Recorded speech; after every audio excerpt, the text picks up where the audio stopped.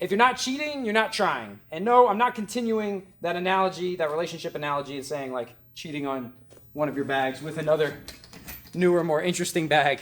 What I'm talking about is a way to skip steps or really like preload steps in your strikes to make them not only more powerful and quicker, but just to make them easier. We're going to talk about the round kick and the spinning back fist. Might not seem like they're related, but they really are when it comes to the cheat step. Some guys asked me, I'm remiss that I didn't cover it. 2 guys using the same bag, it's okay. Just make sure that you communicate and start out slow so you don't accidentally like run into each other.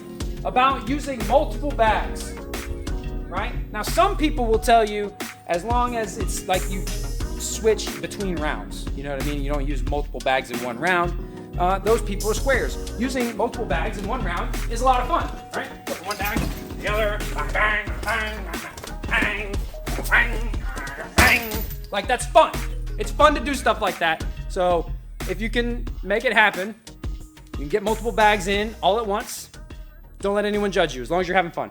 Those people are just mad that they only have one bag anyway. So the cheat step is, I'll just show it. I'll shut up now. Whenever you first start trying to do the round kick, the thing that we always struggle with is getting people to turn this foot around. People just do this. Now what's crazy is we spend months and months and months getting them to turn the foot around for maximum power, and then a year later we stop turning the foot. We start kicking like that. I'm not getting into all that. No, you don't have to turn the foot. Much like the hook, despite what people will say, you don't have to turn your foot. But we're going to talk about turning our foot with the idea of maximizing power. One way to explain it is like your foot is a dial, right? The more you turn your foot, the better your kick will be. If you turn it halfway, it'll be halfway good. But if you turn it all the way, it'll be all the way good. But people won't do it. People hate it. Why? Because it takes a long time and they feel in a rush to get their kick on the target. So one thing that you might be told to do, and this is not a bad idea to get you used to the mechanics, is take this cheat step. We're going to step, and the amount of turning that we do now is just less turning that we have to do later. It's just cheating. It's just setting it up in advance. Everything I do now is one less step I have to take later. The more I turn it now, the less I turn it later. But the more I turn it now, the more telegraphing is done. I'm loading it up, which is okay to load it up in this instance, because what we're going to do, we're going to disguise our cheating.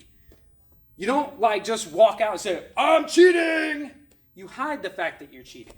So you step out like this. We're going to cover it with a punch. Now you can take a little tiny bit of a step if you cover it with a jab.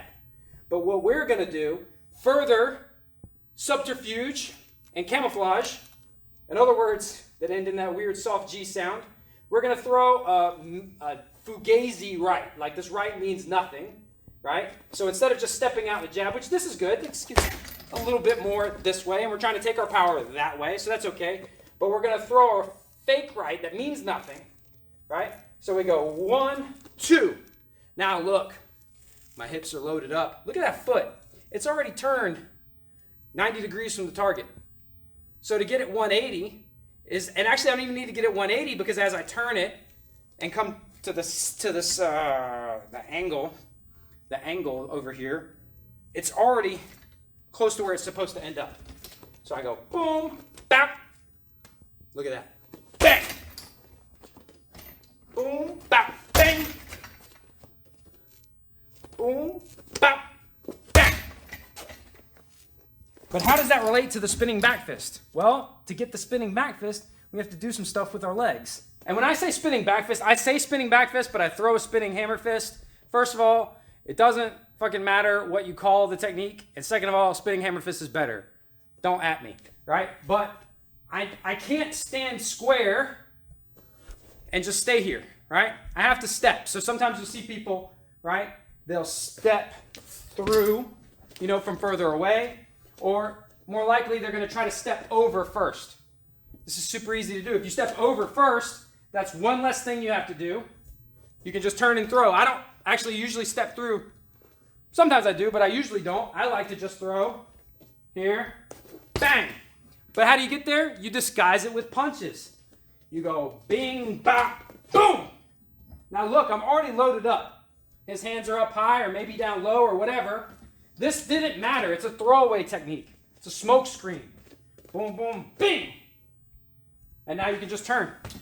You can step through if you want to. Like that if you want to. Same thing with the back elbow. Especially if you want to go like, you know, the fancy flary one. Boom, bop, bing, start the spin. If I start the spin now, and I made him respect strikes so that he covers up and gives me room to move, I start the spin, I have less that I have to do later. I go, bing, bing, this means nothing. That means everything. But you can even do this with a step that's like really wrong. When I put wrong in air quotes, it's because a guy who doesn't know shit won't see a problem with this. A guy who thinks he knows a little bit would say you never do this, that you would stay in your stance. And then a guy who knows a little bit more says, no, this is totally fine. Especially if you've made him respect your other strikes, made him respect your hands. So you go boom, boom, bang. I throw a right and allow my right to go through. Boom. Doesn't have to land. It can land, though that can sometimes stifle your attempt at spinning. But we are going to step through. The stepping that we've done now is less stepping and spinning that we have to do later. So the more we get done now, it shortens the amount of time that we have to do this. All right? So you, wow, bing, hish, hish. Woo. Do I look just like John Jones? I'm basically the same thing.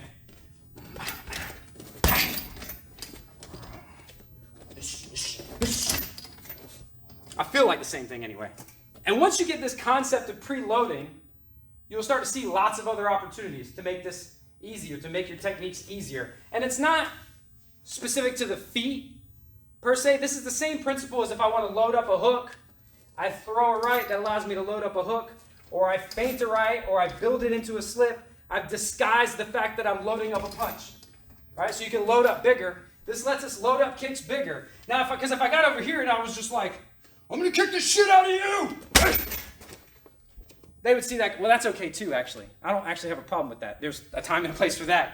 But it allows you to load up about that much without having to let them know you're coming.